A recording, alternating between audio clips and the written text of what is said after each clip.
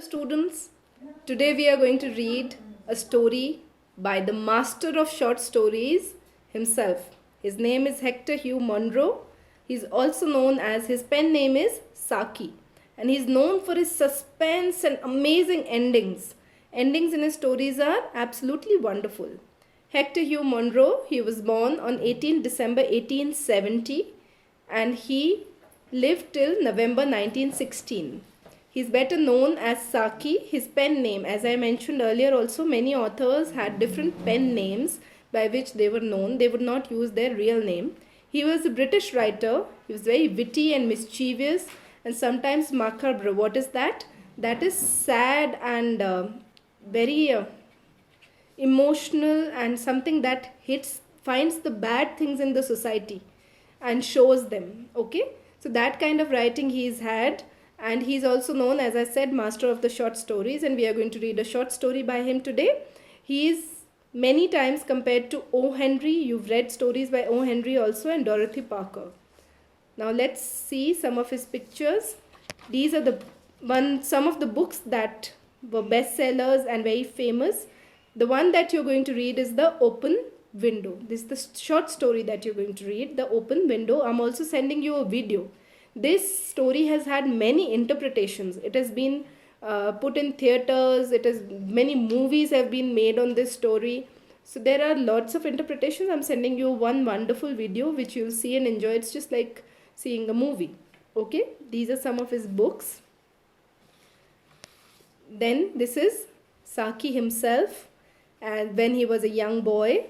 This is him when he was fighting the Great War. The Great War means the World War. So he fought in the First World War. This is the time. This is during that time. This picture was taken during that time. This is Saki with some of his family members. This is one of his works. Now let's read the story. And as I already mentioned, he's known for those wonderful endings of his stories. So we'll find out what suspense is in store for all of us in the story that is there in your chapter. The Open Window, children, that's what we are going to read today. So the story begins by introducing two characters. The first one is Frompton Nuttall. Now Frompton Nuttall is a person who used to stay in the city, but he had bad nerves. Now what is bad nerves? When you get scared and agitated and anxious all of a sudden with little things. So now you know town has so many things happening all at once. So he had this problem of getting startled and anxious all the time. So he comes to the country. Now what is country? Country is the village side or the outer side of the town, which is more quiet, less population, not too many honking horns. So it's easier life. So from the town he moves to the country, and his sister sends him there. And she sends him there with an introduction letter. So during those times, people used to take introduction letters to whoever's house they would go. Otherwise, nobody would entertain them. Okay. So he went to a family friend. The family friend is Mrs. Sappleton. Now, Mrs. Sappleton is known to Frompton Nuttall's sister. Okay. So the sister sent an introduction letter, and she's asked Mr. Nuttall to go and meet Mrs. Sappleton. Now, the lady is not around. Excuse me. And who does he meet? He meets her niece, Vera. So, Vera is 15 years old and she is very confident and mature for her age. So, Mr. Nuttall has come. He wants to see Mrs. Sappleton, and the setting is their house, Mrs. Sappleton's house. And before Mrs. Sappleton comes, the girl in the house, who's known as Vera, she's 15 years old, and she comes and receives Mr. Nuttall. And she says, my aunt will come down presently. In the meanwhile, you try and put up with me. That means I'll entertain you for a while. Please be with me.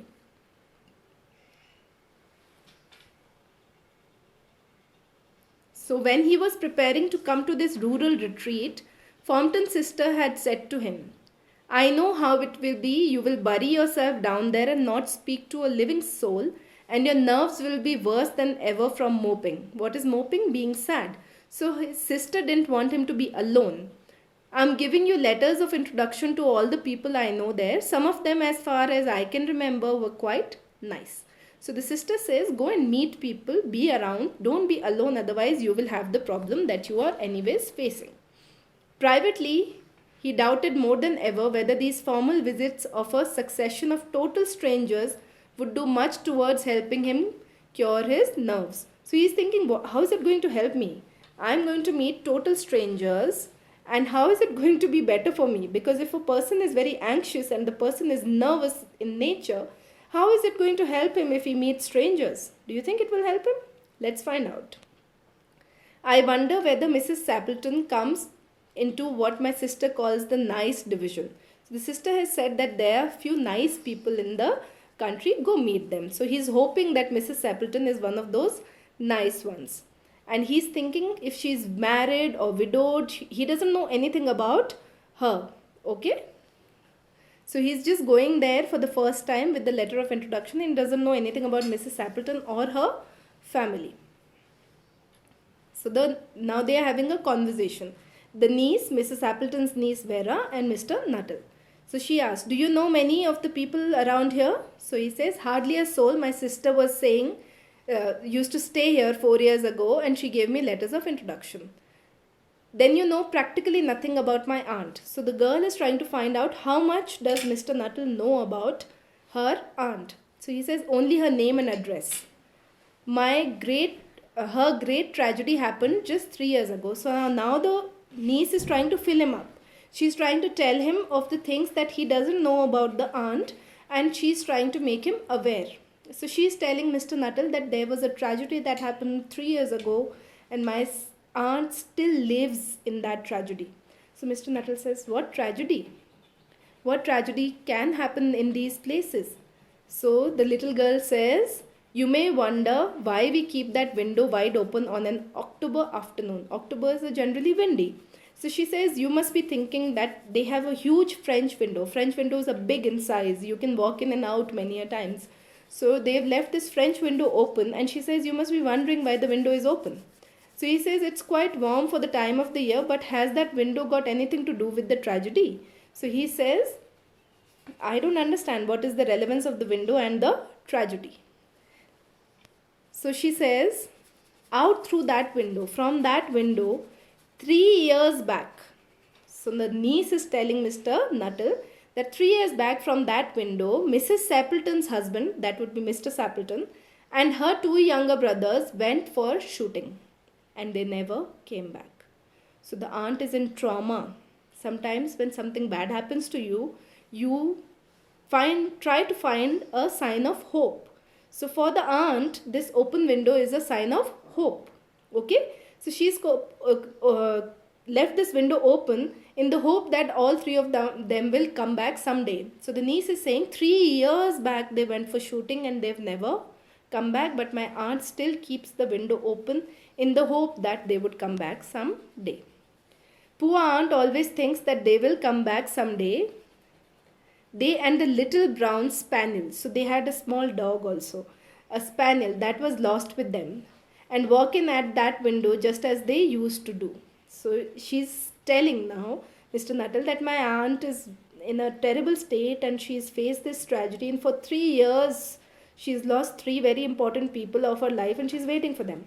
That is why the window is kept open every evening till it is quite dusk. Poor dear aunt, she has often told me how they went out, her husband with his white waterproof coat over his arm. So she is describing also that when he went out, he had this white waterproof coat on his arm.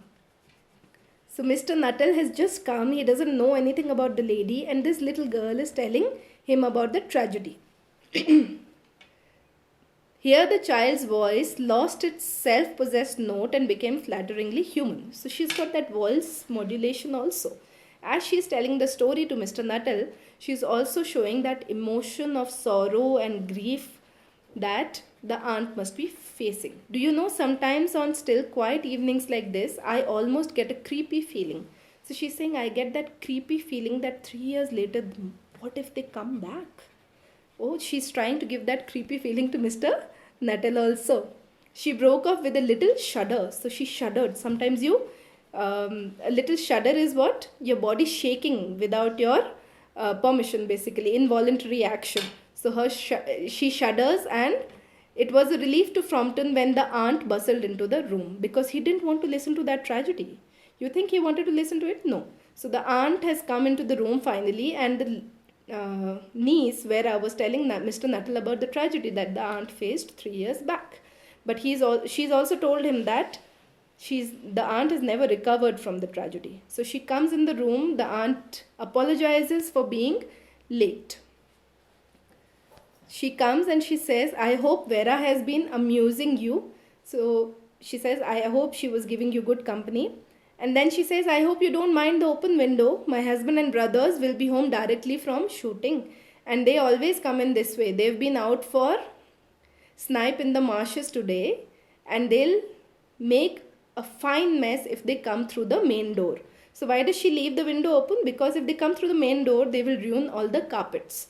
They are in the marshes. Marshes are what? Sand filled with water. Okay. So they are going to be in that muddy area and they are going to get all the mud on the carpet. So she leaves the window open so that they don't come from the main door. The doctors agree in ordering me complete rest and absence of mental excitement and avoidance of anything in the nature of violent physical exercise. This is what Mr. Nuttall says. Okay.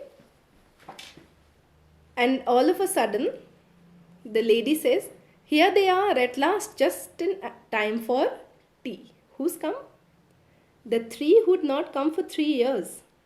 Mrs. Sappleton suddenly brightened into alert attention.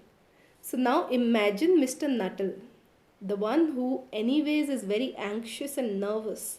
He's been told by the niece that the men of this house had gone hunting 3 years back and have never come back. And all of a sudden the aunt says, oh my, they are back. Imagine his reaction. He must feel like he's seeing some ghosts. Frompton shivered slightly and turned towards the niece with a look intended to convey sympathetic comprehension. So he's looking at the niece and he's saying, oh, I understand. I understand how your aunt must be feeling. I understand how terrible she must feel after losing them. But what does he see? He sees that the child is staring out through the window with horror in her eyes. And in that twilight is the time when the sun is setting. He sees the three figures with the dog, with the gun, and with the jacket coming to the window. Oh, Mr. Nuttall is scared out of his wits. He cannot believe his eyes. And they come near the house. Frompton grabbed wildly at his stick and hat, the hall door, the gravel drive, and he ran away. He did a headlong retreat. Retreaters went back the same way he had come. The cyclist coming along the road had to run into the hedge to avoid imminent collision. The cyclist was coming on the way. Nuttall was in such a hurry, he could have banged the cyclist out of the road. When the husband comes home, he says, who was it? Who just ran away like this? So Mrs. Sappleton says, very extraordinary man. He only talked about his illness and ran away without a word of goodbye or apology. And he behaved as if he had seen a ghost. Now, little confusion there, right? You must be wondering what is happening. Like, everybody is behaving normally. Then why did Nuttall run away? And how did they come back after 3 years? Let's find out. Now, the girl says, I think it was the spaniel. So the girl is saying, I think he was scared of the dog. That is why he ran away. He already told me that he was chased by a pack of dogs one night and he fell into a newly dug grave. That is why he's scared of dogs. Now it is the entire doing is the niece's. Vera is a very naughty girl. She can create stories at a blink of an eye. So she created one story for Mr. Nuttall in which she lied about those three being out for 3 years. They'd not been out for 3 years. They'd gone in the morning. They came back in the evening. She only enjoyed telling Mr. Nuttall the story with all the drama. She shuddered and she looked out the window and she showed that she was scared. And she had such good voice modulation. She made Mr. Nuttall believe that yes, the true story is the one she's telling. And Mr. Nuttall obviously had the problem of nerves. He didn't even cross-check with the aunt that the story was true or not. And when the aunt talked about Mr. Nuttall, what did she say? She said he was scared of dogs. And look at the last line. Romance at short notice was her specialty. That means creating scenes and emotions and Stories was her specialty. And nobody knows that specialty other than you, me, and the author, right? So this girl scared Mr. Nuttall and sent him running out of the house just for fun. And when the aunt asked about Mr. Nuttall, she gave a good explanation about the dogs. So, as I told you, you could expect a beautiful surprise ending from this author. It's a wonderful story. I hope you all enjoyed it and understood it well. Until the next class, take care. Thank you, children.